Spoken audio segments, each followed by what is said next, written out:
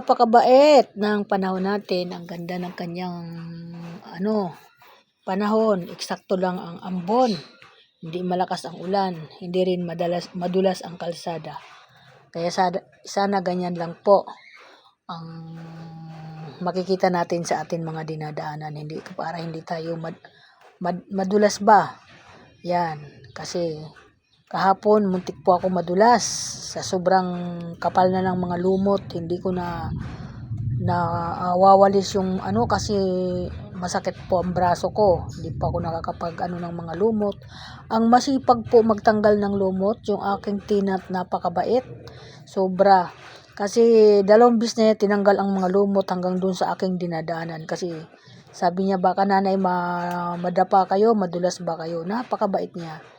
Ano ko po yun, ayan, maganda nga po. Hindi ko po yun kamag-anak. Parang ang turing ko sa kanila, parang kamag-anak. Kasi mabait sila. Yung tinan ko ang tagal na rin po sa akin nakatira. Di isipin mo yun, di ba?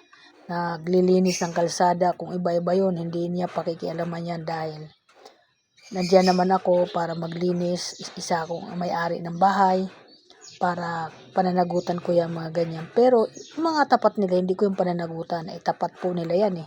Dapat nila lilinisin yan. Kaso lang, kapag ako kasi naglilinis, nilalahat ko na po yan kasi ayaw ko po. Dadaanan ko din yan eh. Ayan po, kaya ganun po ako. Ito mo ngayon yung bahay namin, doon sa kabila, sobra ng maraming dumi. Hindi ko nawawalisan. Kasi lagi akong busy. Nandito na naman ako. Maaga ako dito sa tindahan.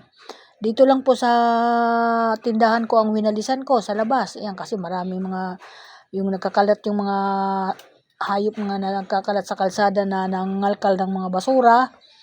Ayan po yung mga ginagawa nila kasi yung may mga ari naman ng mga ganyan, nag-aalaga ng ganyan, hindi naman nila iniintindi. Katwiran nila, hindi naman tapat nila ang dinudumihan ay tapat ng ibang bahay. Pero kung aking alaga yun, ay iintindihin ko po yun kasi alaga ko po yun. Mahirap na inag-alaga ko ng mga ganyang hayop at iaasa ko pa sa mga kapitbahay. Diba? Kaya ako ganun po ako. Kaya ako nag-alaga po ako ng mga hayop, mga ganyan, kagaya ng mga aso. Kasi ang aso po, malaki po ang pakinabang dyan. Yan pong aso, pag may nakikita po yan kakaiba, yan, tumatahol po yan, hindi natigil yan, kagaya ng mga alaga ko. Yan po ang ginagawa yan. Tahol sila ng tahol, wala silang tigil. Sisilipin ko, ang nakikita nila minsan daga, ibon, ganun. Tinatahulan nila. Matapang, lalo na kaya pag tao. At saka hindi naman yung mga alaga ko nakakawala yan sa kulungan kasi may kulungan ako. Talagang bago ako nag-alaga ng mga ganyan, ay ginawa ko muna ang kanilang mga bahay-bahay ng mga alaga ko. 2 lang naman yung alaga ko dito sa aking bahay at saka isang pusa. Yung pusa hindi po lumalabas din ng kulungan. Nandyan lang yun siya paikot-ikot. Kakain pag binigyan ng pagkain. Tahimik po siya. Hindi po siya yung kagaya ng ibang pusa na nangangain po ng hindi sa kanya pagkain, hindi po ganun. Hasta ka hindi po siya pala dumi na kung saan-saan. Mga guys, mayroon siyang dinudumihan na doon lang po siya dudumi. Napakaganda ng alaga na ganun na hindi ka naghihirap na kung saan-saan mo hahanapin ang dumi niya. Ganun po yung alagang pusa namin dito. Alaga po yun ng pamangkin ko. Kaso hindi rin niyang naaalagaan. Ako din ang bumibili ng pagkain. Ganun. Pinapabihira naman yan linisin. Sabi ko, ako naglilinis. Kasi ayoko po yung nakaamoy ng mga kakaibang amoy. Lalo po pagpatulog na po ako, naamoy ko po yun. Nabara ang ilong ko. Kasi naamoy ko, lalo na yung ihi ng aso, mapanghi po yan. Pero yung aso ko po, hindi po yun pala dumi sa kanyang kulungan. Bihira lang din. At matitigas ang kanyang dumi, madali lang linisin, hindi yung mga makakalat ba.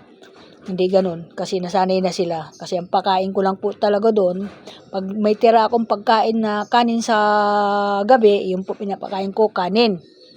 O mga tirang ulam, yun po yung pinapaulam ko sa kanila.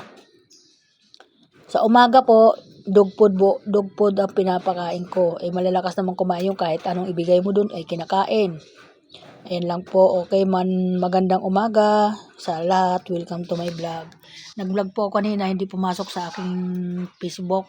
Kaya nag-vlog uli ako. Mamaya ko na lang ipapasok para pangalawang vlog. Okay, thank you. Maraming salamat. Ingat ang lahat mga guys, mga busing. Ingat po. Mga puko, ingat. Ingat ang mga apo, ingat ang mga anak ko, sa lahat ng mga nagtitinda ngayon, naghahanap buhay. Mag-ingat kayo, mag-message kayo sa mga kapaligiran nyo. Yan po. Thank you so much. Bye-bye.